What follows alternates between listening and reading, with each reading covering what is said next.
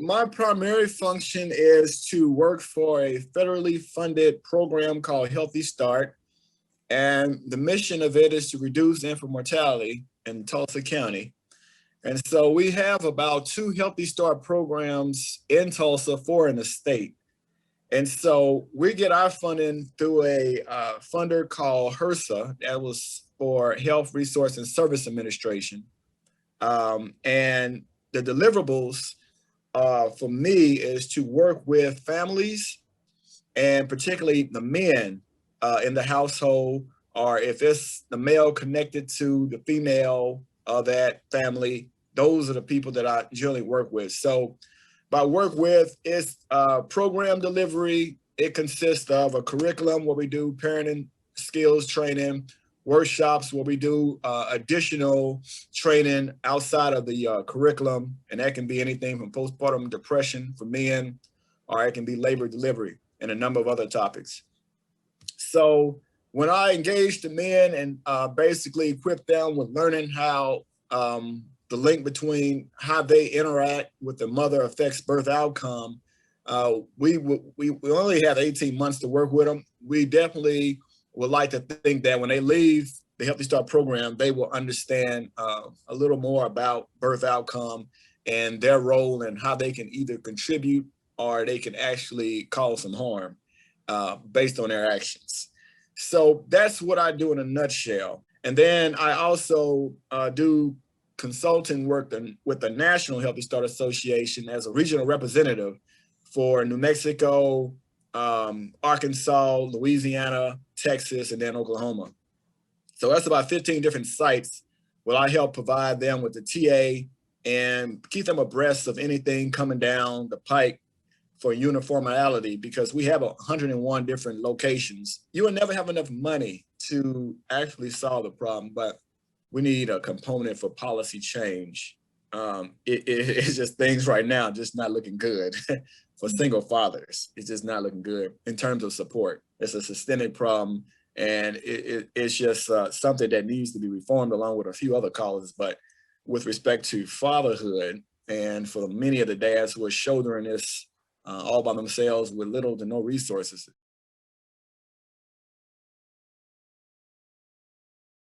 I think that's important. A lot of it, is just out of sight, out of mind. You're looking at your traditional families, family has changed so much in the past 20 years, but if you look at your traditional family, and, if there's mom, dad in the house, husband, wife in the house, they have no reason to be concerned about the other side of family, unless someone dear to them is affected by that. But awareness is very important. And, we need to launch some type of a campaign nationwide about, what's going on. And they are already calling this a fatherless nation. When you got 32 million kids coming home headed by single, parent households, it's a problem. And the repercussions and the social consequence of these, it's very, very expensive for the taxpayer. I would just say that. If we put a dollar amount on that, it'll be in the hundreds of millions of dollars.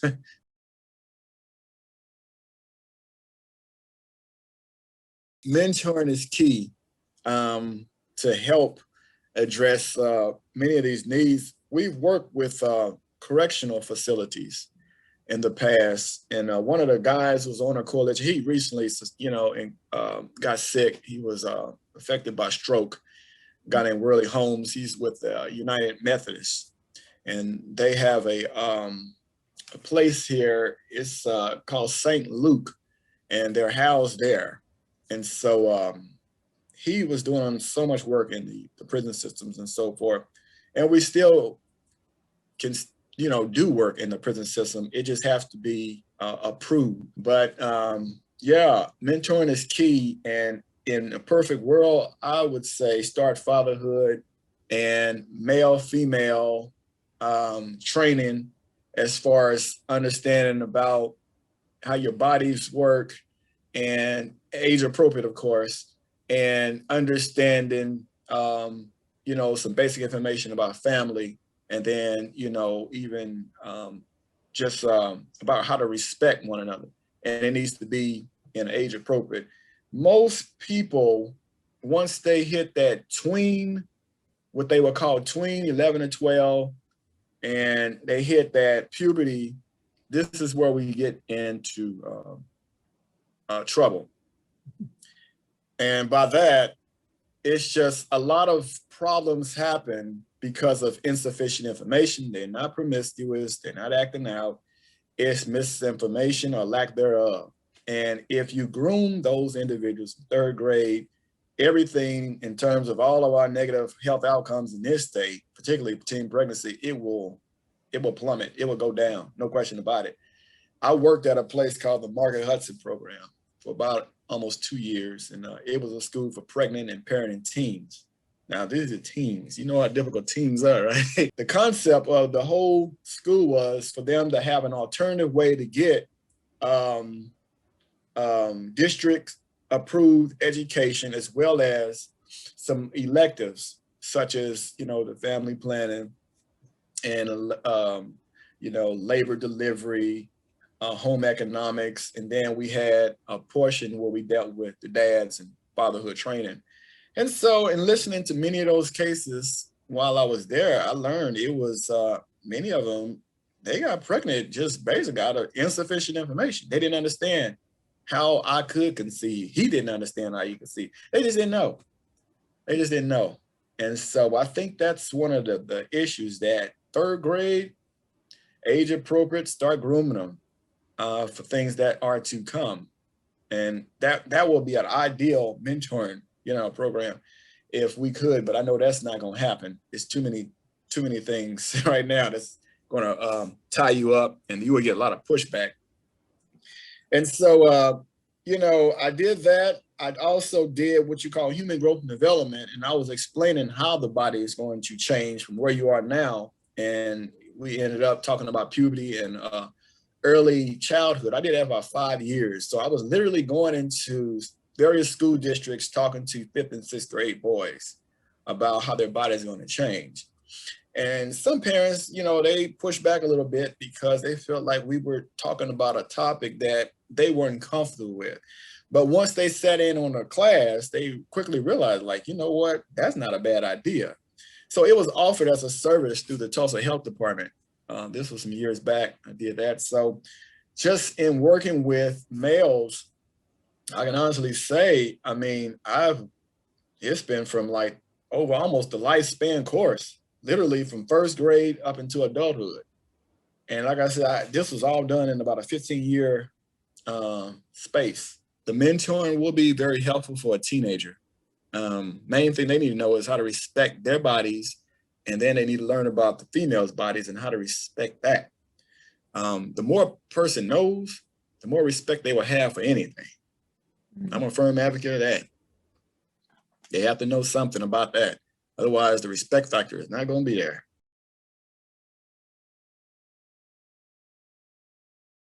So one of the first guys who started a fatherhood program in this state was Dr. Scotty Haskins in Oklahoma City. And I sat down with him a couple of times to figure out what is that? What does that mean? What is a fatherhood program? He was instrumental in helping me kind of, develop a few things and get structured, because I didn't really know. They had something where they were working with the fathers, but a full-fledged program, a comprehensive, he had all that, all laid out. And so I took notes, and I consulted with a few other people out of state, and just was able to have a better understanding what we were trying to do and how could we best assist them. And some of the problems I ran into then as I am now, it was just lack of resources. You dealing with a dad one day, and after class, you notice one is hanging around, and he's disclosed to you he can't even read. These are fathers who can't read to their children because they don't know how to read. They will be limited in terms of what they can perhaps even fill out. Now more applications are online now, and they're more, computer, you go to a kiosk and entry level, or you can do it from the comfort of your own home. But it will affect jobs, because at some point, in order to attain certain, levels in the hierarchy and the structure, you're going to have a particular skill set, and to express yourself in writing or convey a thought to a subordinate, I mean, yeah, that's going to be a problem. So it affects all that. It affects earning potential, address, health. It affects their whole being. And that gets into what they were calling public health, the social determinants of health. Going to tie you right back into that.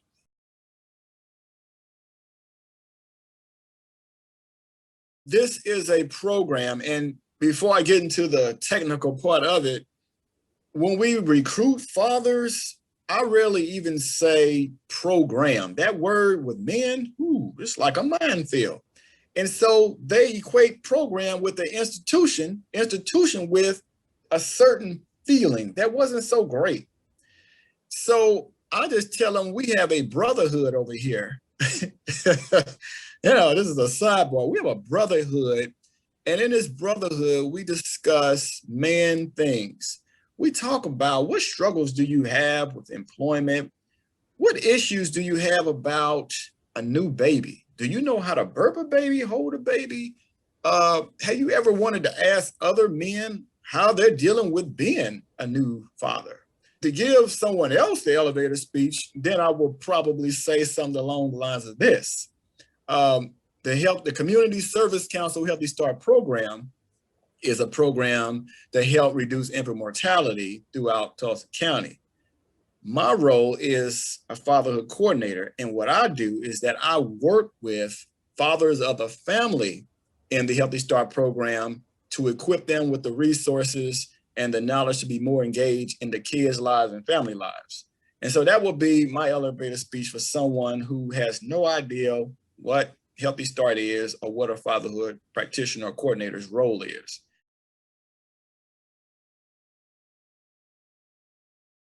I would say yes, because if you set up any type of service initiative or program, at some point you want to assess that and find out what type of efforts are effective.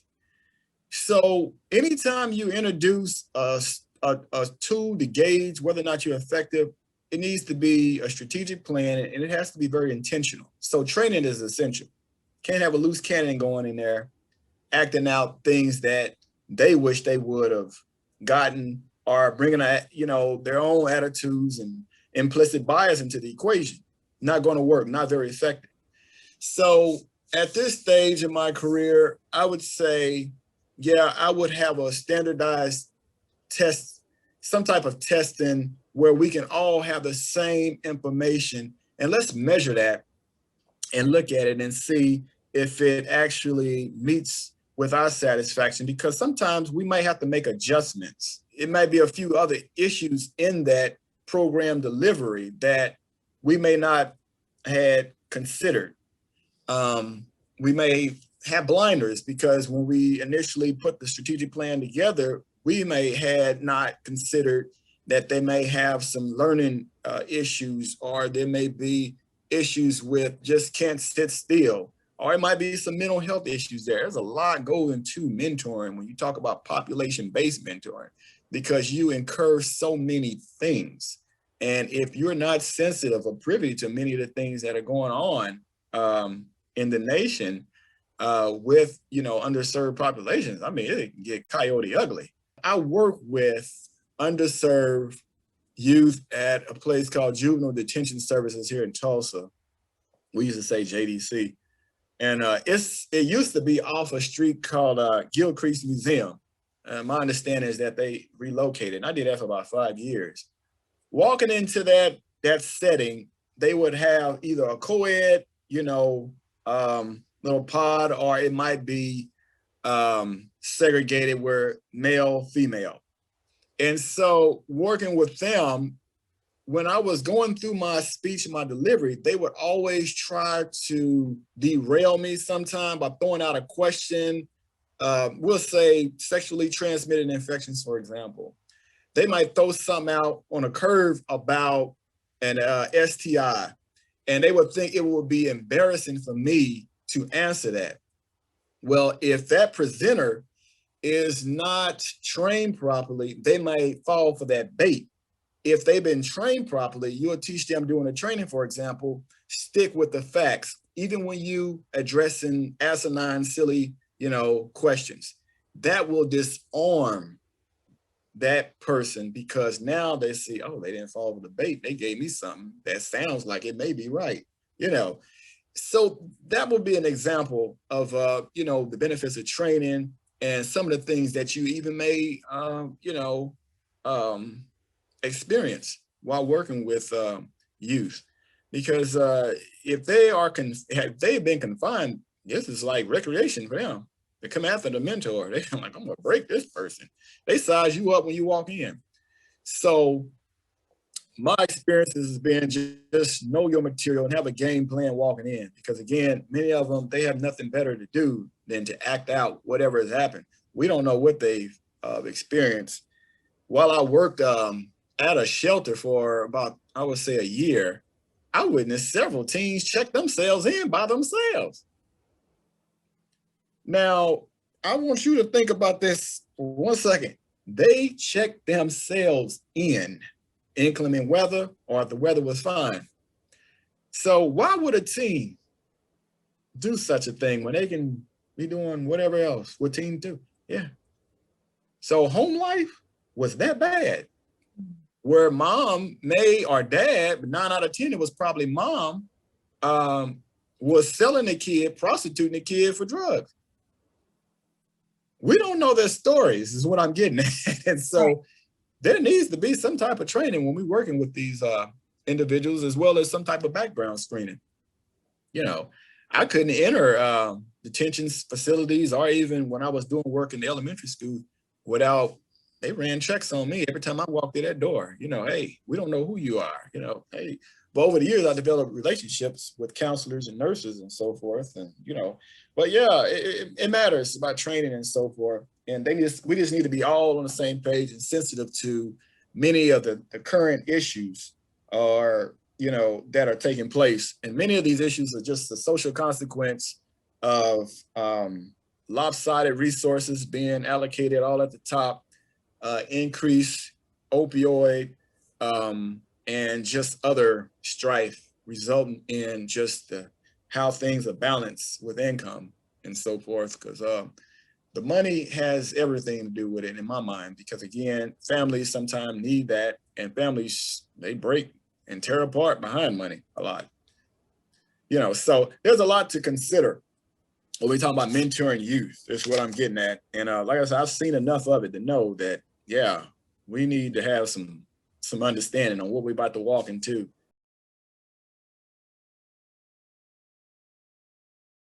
I like to be clear up front. This is what we have to offer, and we are going to stick with this maternal child health. And this is where we draw ours from. What I am able to do through my coalition is to provide technical assistance in terms of, here are some best practices, and you can roll with that. And, you can take this and you can adopt it to what you need it to be. But here are the core elements. Initially, I'll take the assessment based on what I'm understanding. 9 out of 10 is going to be probably an initiative for a particular day of the year or ongoing service. I can help them set that up through the coalition. Now, my grant funded work, no, I can't do that. I have a whole nother set of deliverables that I must adhere to in order to, keep my funding. And so, but through the coalition, that's another story. And so I'm gonna meet with coalition members, next Thursday. And we'll have a set of issues to discuss, because right now we're having problems with the vaccine, and men, and particularly Black men, not wanting to get it. Yet they are suffering disproportionately. So there's a lot of things that are going to come up on the agenda that might ruffle some feathers, but we're going to definitely address it because it affects family and it affects fathers.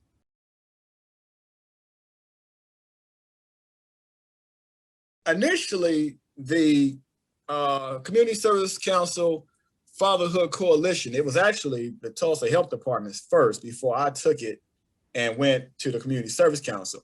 But that was actually designed to be the we were only working, this was about 3 years ago, we were working with those fathers maybe about a year.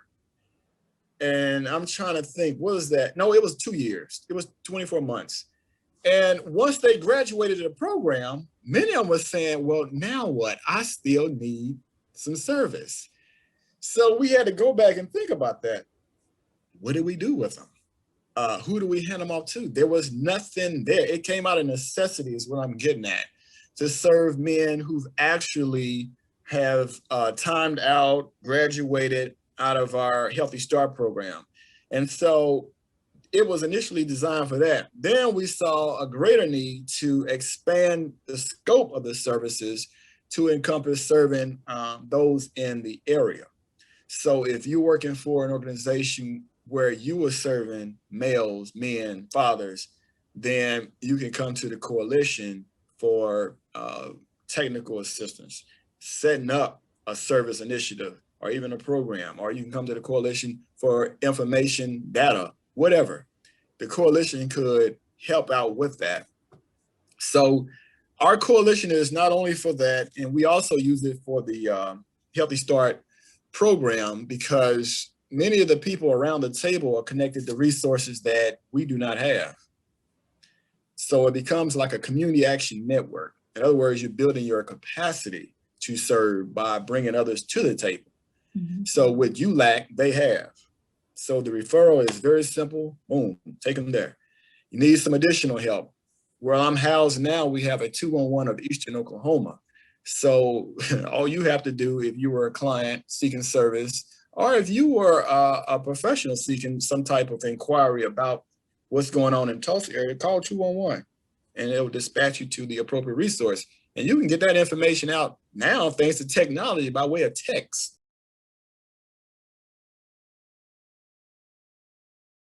You know, in the past, it was other organizations that have reached out to the coalition to go work with a group of professional fathers, I would say like on a Saturday at a cafe or something like that. And they were connected with, you know, medicine, dentistry, all kind of stuff.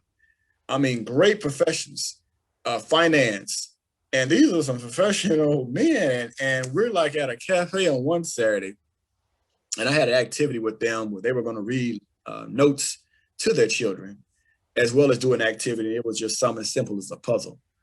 And in doing it, now we're like there around 11 to about 12:30. So all this activity is going on, TV is going, I'm trying to talk to a group of dads. So you imagine the type of draw and attention that pulled by a facilitator speaking directly to fathers, no mothers, and their children. What is this? What type of program is this?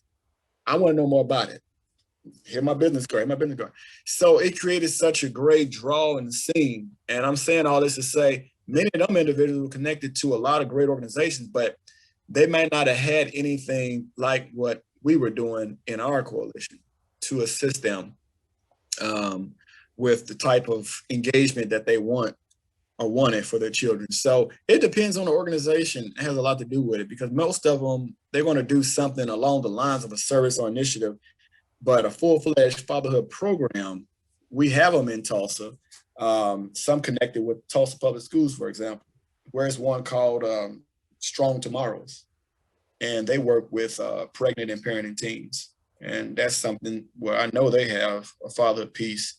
There's another organization called, the acronym I want to say is DIVIS. It's a domestic violence organization. They have a piece dealing with empowering coaches to have conversations with their athletes about how to respect women. And it borders on elements of fatherhood, but they are doing male engagement and teaching men that's not okay to abuse the girlfriends of your life or would-be mothers or wives. And this was done in wake of what's taking place in the NFL with a lot of physical violence. And now everyone has a camera, so it's, you know, you can catch that. And so I'm saying all that to say, we do have a few existing fatherhood programs that are not affiliated with my organization at all. They're, in their own space and lane, and they do great work. And I keep in contact with many of them. There's another individual. He has an annual event where he does manhood training, and that was the MVP Foundation. An attorney here, Demario Solomon Simmons, and his lovely wife, Mia Fleming, they were head of that.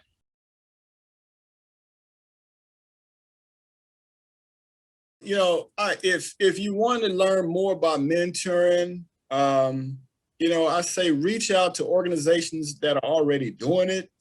Many of the practices or the roadmap and so forth, it's already designed.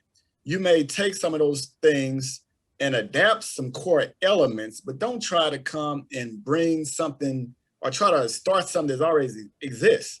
In terms with respect to fatherhood, I would say start with the National Fatherhood Initiative and study all the different elements of fatherhood that they have. And they have a lot of material that you can download in a PDF form. And you can use these tools as the basis for what you're trying to start, whether it's a service or initiative or even a full-fledged program. So full-fledged program is going to encompass an instrument to measure. Just keep an open mind. This is a field of work that's constantly evolving, and it's never the same. I've watched it change to so many different things in 15 years. What was safe, what was no longer taboo in fatherhood. I watch men now strap the babies on and they do more than nurturing. Some even stay at home while mom goes out and get the money because dads want to be a part. And fatherhood is so powerful that, the baby is going to recognize mother's voice first because she's carrying life. However, that second voice, if that dad is engaged, is going to be his. And we do know the impact of a male's presence, even if mom and dad can't keep it together, but if that dad is present, it's going to prevent or going to hinder or going to lessen the chances for that child, that male child, to do poorly in school, have behavioral problems, and end up going down a line of for crime. Likewise, with the female, dad's presence is going to be the standard as to what a man should be like. So if you have a silly father and he's in that house with that female, that is the standard by which she will use to select a mate. Because again, this is the first standard of a man. Abuse, same thing. She'll look for all these things. And so his role is so powerful. If we want a child to be healthy and self-sufficient, you get you a good father in there any day, it will work out. But you take him away, she's going to miss something. He's going to miss something.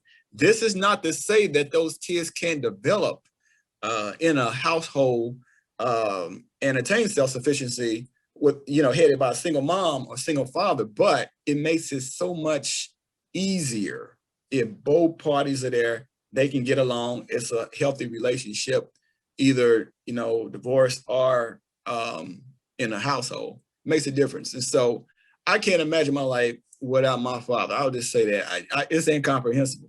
It makes no sense to me at all. There's no logic to that. Growing up in a household, there's no dad. I mean, I'm thinking to myself, he was the person who provided the discipline, and he was the person who provided order. So I took note on what to do in order to become man. That's who I identified with. It was my dad, And my mother, I prefer someone like my mother. I mean, the bottom line, because like I say, she has a warm, gentle spirit and things like that, easy to talk to, full of wisdom. And that's just, me, but it has an impact. It has an impact.